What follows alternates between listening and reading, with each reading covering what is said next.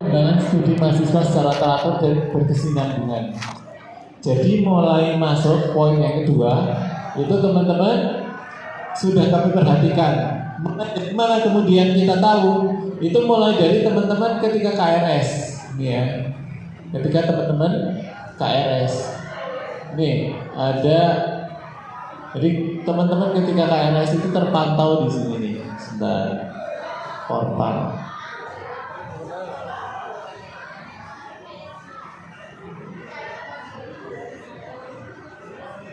Ya.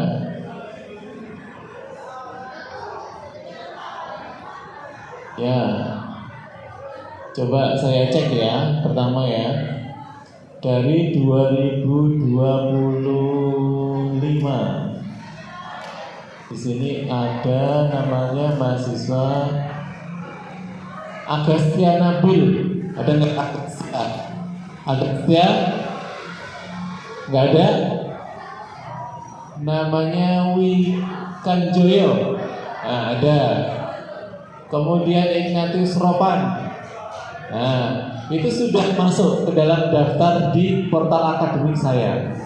Artinya saya itu berhak untuk kemudian melihat, memantau, sekaligus memberikan bimbingan terhadap KRS yang sudah teman-teman input begitu. Cuman pertanyaannya adalah untuk KRS yang pertama kali ketika teman-teman masuk menjadi mahasiswa baru UST, itu apakah teman-teman ngisi? Tidak. Artinya pertama kali menjadi mahasiswa UST, teman-teman tidak perlu input KRS karena KRS sudah paketan. Begitu ya. Contohnya seperti ini, teman-teman nggak pernah melakukan KRS. Nah, di kami tampilannya misalkan punya ini ya, Atika Rizka itu sudah masuk 20 SKS, ini sudah paket. Ya. Jadi, selama 1 semester teman-teman nanti akan mengikuti perkuliahan selama 1 semester itu sebanyak 20 SKS, 20 SKS. Ya.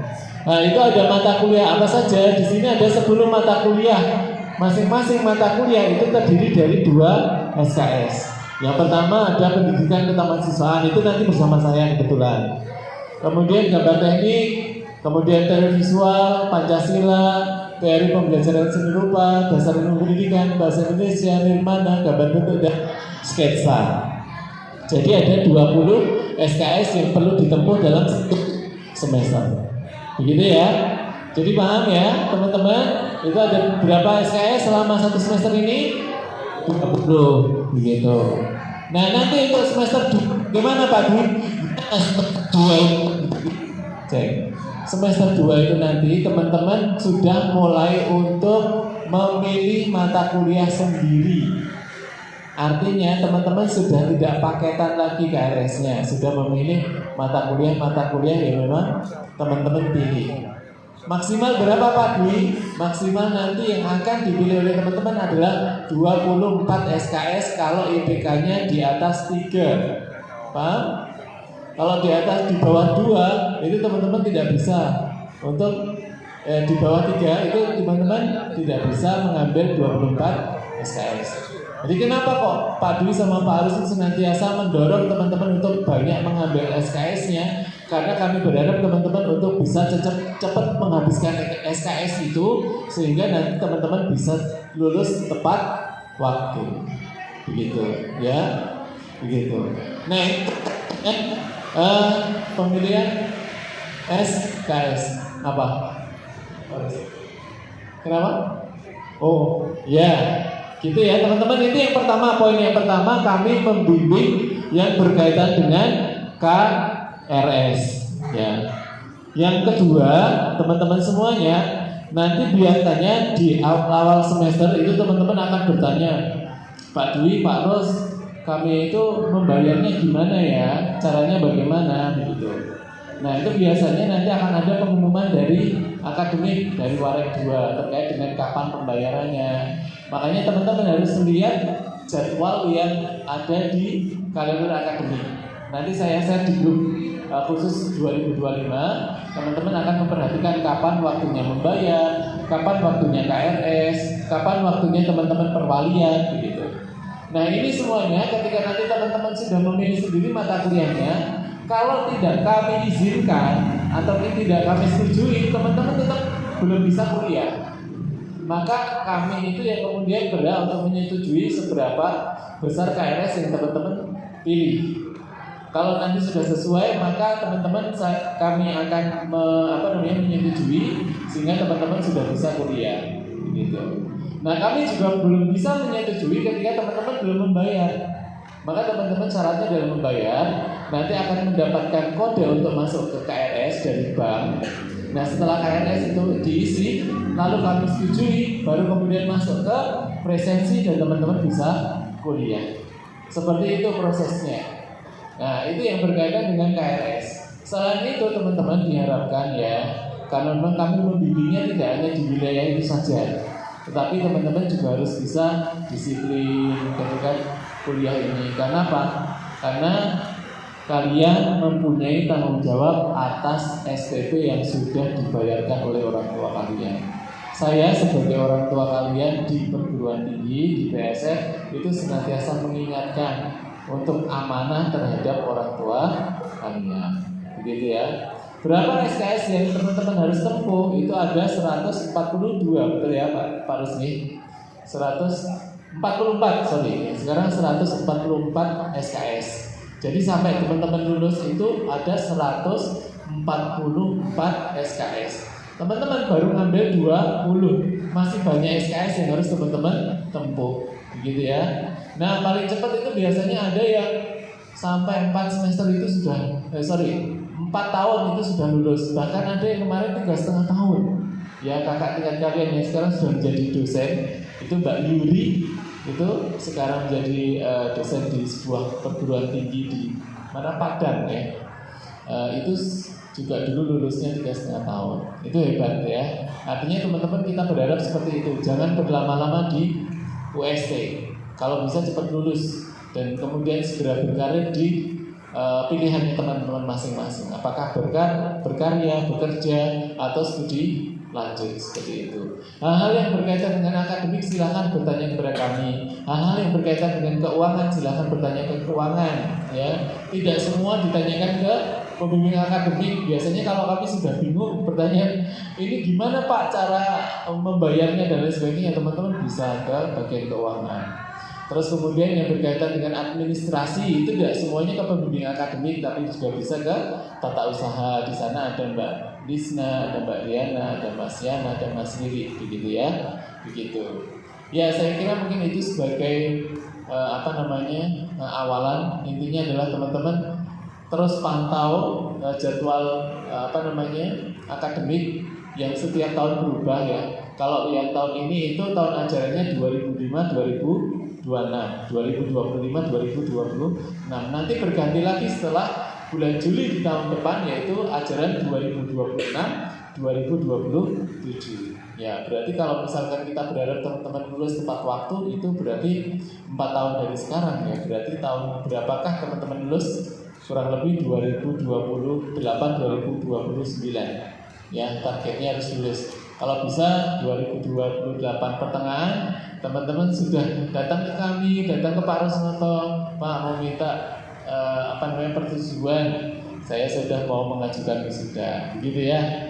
Jadi saya berharap seperti itu, jangan berlama-lama. Sekali lagi ya teman-teman, semoga sukses. Saya doakan berangkat dengan 35 mahasiswa baru untuk ajaran tahun 2025-2026. Nanti di tahun 2028 semoga teman-teman juga selesai dengan tepat waktu. Matur suwun Pak Rusnoto, monggo kalau ada tambahan.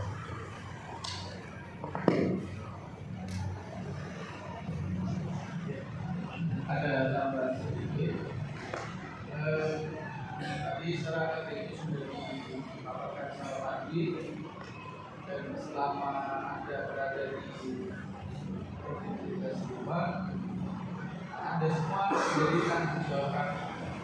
Jadi apakah Anda akan menyelesaikan studi atau akhir atau studi atau BO itu menjadi tanggung jawab.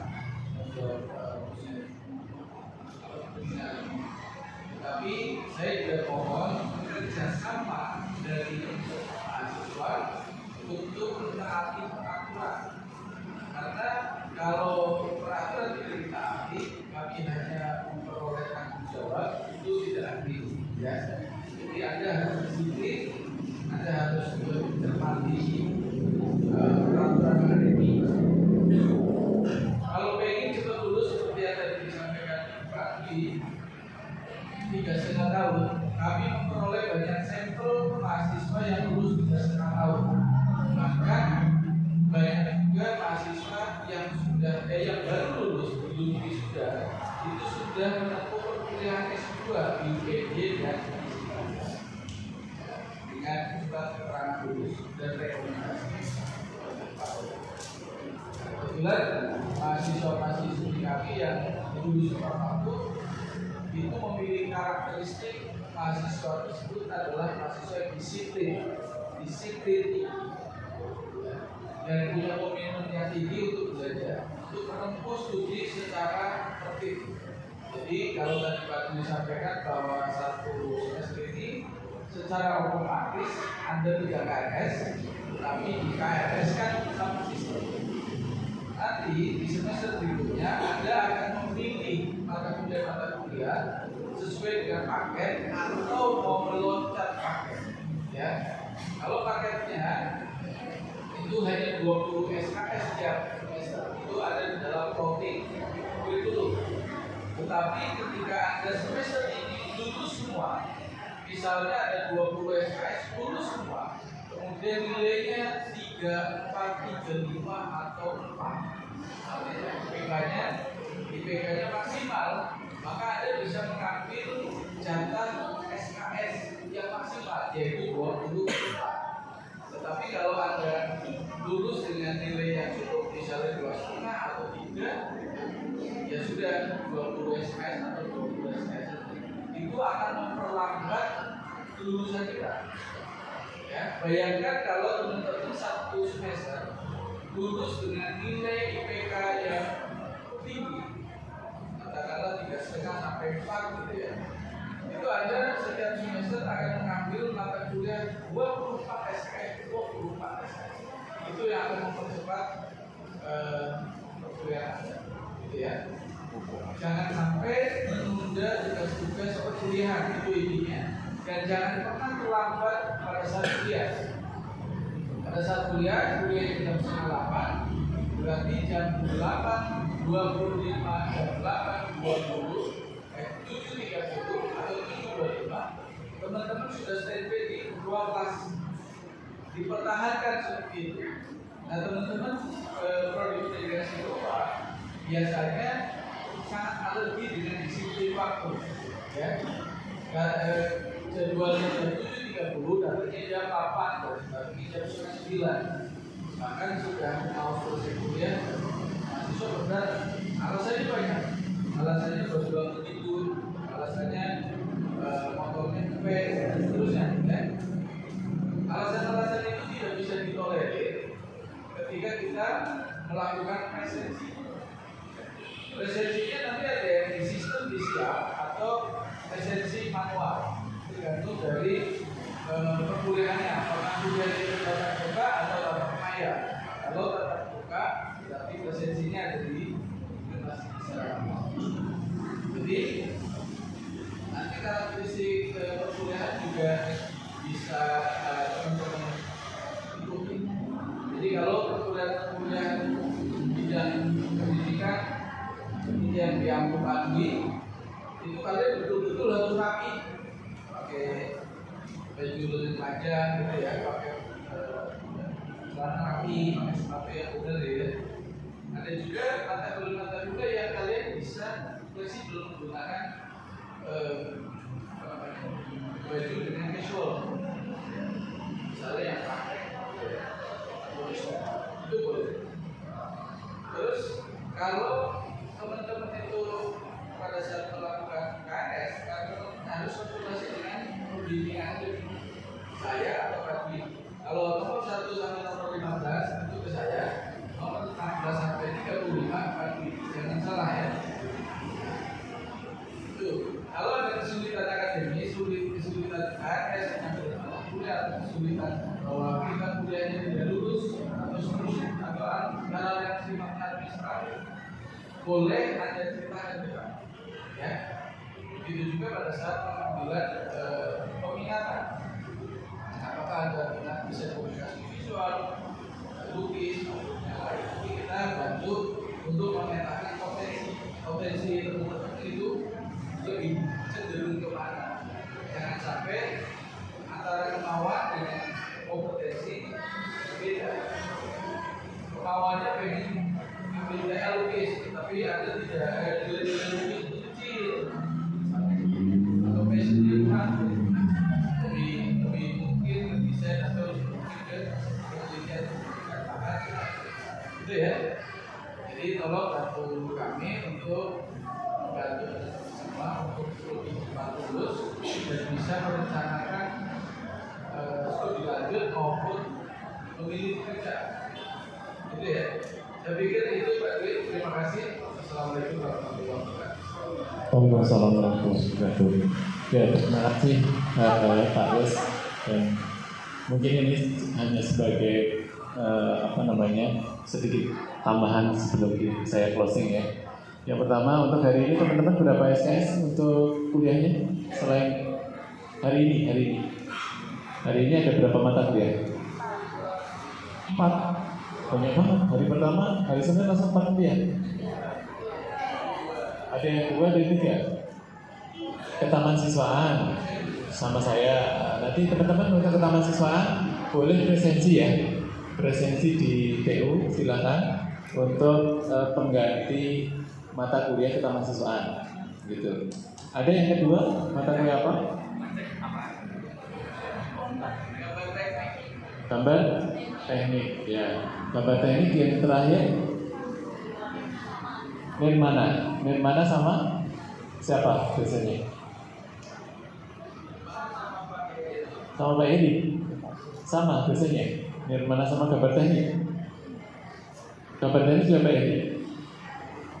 Ya Pak Aryo biasanya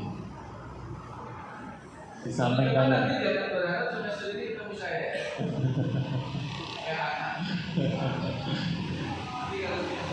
Di jam pertama ketemu sama saya di taman siswaan 1 ya. 7:30 tepat waktu ya teman-teman ya untuk pekan berikutnya, karena teman-teman mendapatkan mata kuliah dengan saya itu 4 SKS. Yang 2 SKS itu taman siswaan 1, yang 2 SKS dasar ilmu pendidikan ya. Dasar ilmu pendidikan kalau setahu saya jam 11 siang. Di hari apa saya kurang tahu. Mungkin di hari Selasa kalau nggak Rabu ya. Ya, itu ya saya kira saya kenapa tanya kepada teman-teman itu sejauh mana teman-teman tahu mata kuliahnya dan dengan dosen siapa. Juga ada ruangannya di situ. Ayo dilihat. Dicek ruangan sama dosennya supaya bisa dicari. Kalau misalnya sudah ruangan tapi dosennya nggak ada, teman-teman bisa langsung menghubungi dosennya. Ya. Setiap mata kuliah ada di YouTube. Ya betul. Jadi bisa kontak dosen. Maaf, tapi sudah di kelas boleh. Jadi nanti betul kata Pak Ros tadi, setiap mata kuliah itu akan ada grupnya. Grup dari masing-masing mata kuliah. Nanti ke taman siswaan 1 ya berarti grupnya sama saya. Begitu gambar teknik mungkin nanti sama Pak Aryo, yang mana nanti sama Pak Heri gitu. Ya, nanti akan ketemu grupnya. Saya terangkan ya. Jadi kampus kita PSR itu ada 3 lantai. Ya. Yang lantai pertama itu terdiri dari ruang dosen, ruang tata usaha, ada musola, ada toilet, ya, dan juga kalau untuk labnya itu ada studio juga ya, studio grafis, studio kria, ya, kria batik, itu adalah lab untuk yang lantai 1.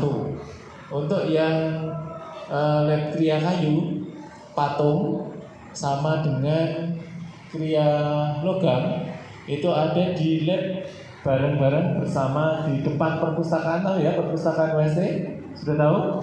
Nah di depannya itu ada kampus Fakultas Teknik, PPTN, Fakultas Program Studi Vokasional Teknik Mesin. Nah kita bareng-bareng di sana, begitu. Ya itu untuk patung, kria logam dan kria kayu. Ya. Oh ya, keramik juga di sana. Gitu. Jadi nanti kalau misalkan teman-teman keramik menunggu lama di sini nggak akan ketemu sama dosennya, karena keramik, kria patung, kria logam dan kria kayu itu ada di sana. Sedangkan di sini adalah kria batik dan grafis. Begitu ya teman-teman ya. Itu kalau di lantai 1 di sini. Lantai 2 itu ada yang pertama ruang kelas 1, ruang kelas 2, kemudian 3, 4. Jadi ada 4 ruang kelas. Yang biasanya kalau 1 itu untuk lukis, ya, bareng-bareng untuk misalkan lukis, kemudian gambar teknik, itu biasanya di ruang 1. Ya, 2 itu untuk teori, 3 teori, 4 teori juga. Nah, lalu itu untuk lantai 2 ya teman-teman. Lantai 3 itu khusus, itu sebenarnya galeri yang juga dipakai untuk perkuliahan. Namanya Galeri Arupa Datuk. Ya, itu biasanya kalau teman-teman nanti mau menyelenggarakan pameran untuk tugas akhir, bukan skripsi, itu biasanya di atas sana. Tetapi itu juga dipakai untuk ruang kuliah, yaitu ruang kuliah 5 dan ruang kuliah 6. Begitu. Jadi kita ada 6 ruang kelas ya, yang ada di lantai 2 maupun 3, begitu. Ya, jadi kalau misalkan nanti teman-teman tanya di mana sudah ada tulisannya. Pokoknya kalau misalkan 1, 2, 3, 4 itu di lantai 2, kemudian 5, 6 itu di lantai 3. Begitu. Dan di sana per masing-masing lantai sudah ada toiletnya. Begitu teman-teman. Dan yang terakhir adalah lab terpadu. Lab terpadu itu kalau misalkan nanti ketemu saya di mata kuliah desain komunikasi visual. Jadi nanti ini kalau saya kira-kira menunjuk itu kira-kira ya arahnya ke sana. Sebelah sana itu adalah lab terpadu yang nanti akan gabung dengan mahasiswa-mahasiswa yang lain. Tetapi ada lab khusus memang yang untuk program studi pendidikan seni rupa yang memang itu dispesifikasikan sesuai dengan kebutuhan kita, baik itu program-program AutoCAD, Corel, Photoshop, Adobe Premiere dan lain sebagainya yang memang mendukung software-software untuk mata kuliah kita. Itu nanti ada lab komputer khusus untuk prodi pendidikan seni rupa, termasuk animasi itu yang kemudian nanti bertemu dengan Pak Aryo seperti itu. Begitu ya teman-teman ya. Di lab terpadu itu beberapa mata kuliah saya itu ada teknologi pembelajaran seni rupa dan teknik presentasi multimedia. Begitu ya. Dan juga ada lab micro teaching kalau misalkan nanti teman-teman sudah mau mengajar di sekolah. Ya. Saya kira mungkin ini tambahannya. Pak Arus masih ada tambahan? Cukup ya? Ya, nanti yang berkaitan dengan informasi berikutnya teman-teman bisa bertanya langsung atau berdiskusi di grup masing-masing. Kalau nomor 1 sampai 15 sama Pak Arus, 16 sampai dengan 35 nanti bersama dengan saya di grup. Ya, saya berharap nanti per angkatan ada koordinatornya, biar nanti saya enak akan menghubungi ke siapa yang kemudian nanti menjadi koordinator angkatan. Ya, sekali lagi selamat datang di kampus program di Prodi Pendidikan Seni Rupa. Semoga teman-teman lulus tepat waktu, kemudian diberikan kelancaran, kemudahan oleh Allah Subhanahu wa taala, Tuhan Yang Maha Kuasa. Terima kasih, saya kira seperti itu dari saya dan juga Pak Ros. Selamat berjuang ya, dan tetap kreatif, sinergi dan hadap ini. Wassalamualaikum warahmatullahi wabarakatuh. Salam dan bahagia. Silakan teman-teman yang